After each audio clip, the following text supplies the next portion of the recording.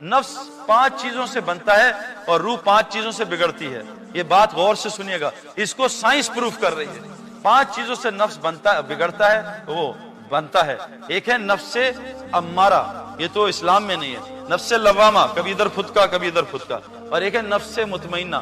میں نے, وقار یونس نے, شاہد آفریدی نے اور محمد یوسف نے, ایک ہمارے بزرگ ہیں رائیویٹ کے, 87 اس وقت ایج تھی, مزدلفے کی رات میں سب کو سلا دیا. میں کہا ان کی بات دیکھنا. وہ اٹھے اور میں نے اس بوڑھے کو 27 سال کی عمر میں, یہ 3 گواہ میرے ساتھیوں سے پوچھ لینا, 1.5 گھنٹے کے 2 نفل پڑھتے دیکھا. کوئی پڑھ سکتا ہے 1.5 گھنٹے کے نفل؟ مزدلفے کی رات حج کی سب سے سخت رات ہوتی ہے. 1.5 گھنٹے کے نفل پڑھ کے بابا جی نے سلام پھیرا.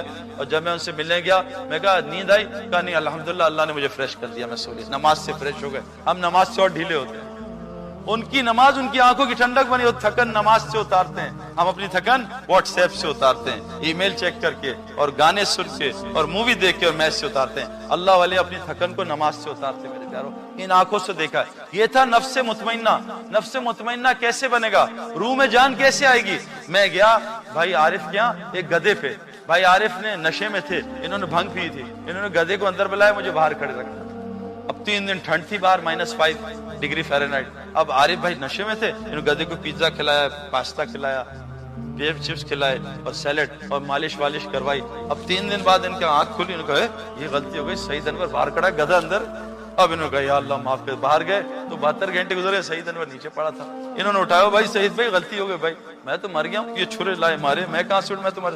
ہم نے روح کو, یہ جو روحانی جگہ ہے اس سے روح کو مردار کیا اور سارا دن نفسانی جگہ میں رہے. اب روح مردہ ہو چکی ہے اور نفس تگڑا ہو گیا. اب روح بیٹھتی ہے گھوڑے پہ, گھوڑا ہے عربی نسل کا, اور روح ہے کراچی کی پان کتھا چائے چونے والی. گھوڑا یوں کرتا, روح نیچے گر جاتی. صبح روح اٹھتی ہے فجر میں اذان سن کے, نفس پیر رکھ دیتا, کوئی ضرورت نہیں, سو جا, آفس جانا ہے. کہاں اللہ کی غلامی جا رہا ہے, وہ نوکری سے نکال دے گا, پھر تجھے رزق کون دے گا؟ تو ڈگری نہیں دے گا تو اللہ تجھے پالے گا. تو ڈگری سے پلتا ہے بھائی, اللہ سے تھوڑی پلتا ہے. نفس روح کہہ رہی ہے لڑکی جا رہی ہے, کسی کی بیٹی ہے, نفس کا درد ایسی کی دیکھ اس کو, کچھ نہیں ہوتا. اب وہ جناب کیوں کہ روح کو کھانا ہی نہیں دے رہا, بھوکا مارا ہے بیچارہ. اب روح کو اٹھا رہا ہے, کیسے اٹھے؟ روح کو روحانی اسپتال میں داخل کرنا پڑے گا. نفس 5 چیزوں سے بگڑتا ہے. نفس 5, ایک کھانا کھانے سے. حضور صلی اللہ علیہ وسلم نے فرمایا سب سے گندا برتن جو انسان بھرتا ہے وہ ہے پیٹ کا برتن. اور آج بتاؤ یہ برتن ہم کن کی, پکوڑے اندر, سموسے اندر, جلیبی اندر, گلاب جامن اندر, لڈو اندر, اور باتھ روم بیچارہ پاگل ہوا ہے وہ کہ پتہ نہیں اندر کیا گھس گیا. ایک کھانے کے لیے, یہ پیٹ ایک کھانے کے لیے بنا ہے. ایک زمانے میں ہوتا تھا ایک باتھ روم گھر کے باہر, اب اٹیچ باتھ روم ہر کمرے میں. اور حج عمرے پہ جائیں, اٹیک باتھ روم, 100 آدمی اٹیک کرے باتھ روم. یہ کھانوں, ورنہ میرے پیارو صحابہ کو 3 دن میں ایک دفعہ باتھ روم جانے کی ضرورت نہیں پڑتی تھی. حضور صلی اللہ علیہ وسلم نے 5 دفعہ کھانا کھایا, 3 دفعہ. کون بتائے گا بچہ؟ آپ نے 3 دفعہ کھایا, 5 دفعہ دن میں. بتاؤ بھائی, 1 دفعہ کھانا کھایا. یہ ہم سنت کی اتباع کر رہے ہیں. قرآن کہہ رہا ہے فاتبعونی, نبی کی اتباع کرو. میں ایک آدمی کو جانتا ہوں جو یہودی تھا, امریکن وائٹ, بلینر کا بیٹا, میرا دوست ہے, کراچی میں رہتا ہے, عالم ہے, مدرسے میں پڑھاتا ہے. دن میں 1 دفعہ کھانا کھاتا ہے. کہا میں نے جو سب سے اچھی چیز کی, اپنے پیٹ کو ایک کھانے کی عادت ڈال دی. ایک پیٹ جو ہے نا, اس کو 10 کی عادت ڈال دو کی, آہستہ آہستہ. یہ نیند اور بھوک ایسی ہے, اس کو 15 گھنٹے دے دو, 15 گھنٹے میں لوگوں کی نیند پوری. جی مجھے ابھی اور نیند آ رہی ہے. لوگ سو کے تھک جاتے ہیں کہ جی تھک گیا ہوں پھر سو رہا ہوں. نیند اور بھوک ہم نے آہستہ آہستہ ریسٹورنٹ میں, پہلے مسلمان گھر میں کھاتے تھے, گند باہر نکالتے تھے. اب باہر کھاتے ہیں, سارا گند گھر میں آ کے نکالتے ہیں. سارا کچھ الٹا ہو گیا. میرے پیارو کھانے کو سادہ کریں. اس لیے کہا روزہ کیوں دیا, تاکہ اندر تمہارے تقویٰ آ جائے.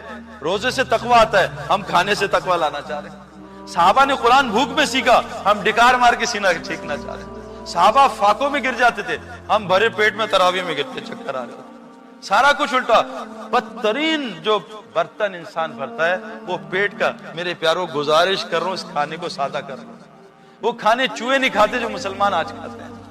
اور دوسری نفس کی غذا کیا ہے؟ کپڑا اچھا ہو, کپڑا. یار ذرا کپڑے, شادی میں جا رہا ہوں نا, لوگ دیکھ کے کیا کہیں گے. حدیث میں آتا ہے جو دکھاوے کا کپڑا پہنے گا, اللہ اس کو ذلت کا لباس پہنا کے آگ جلا کے جہنم میں ڈال دے گا.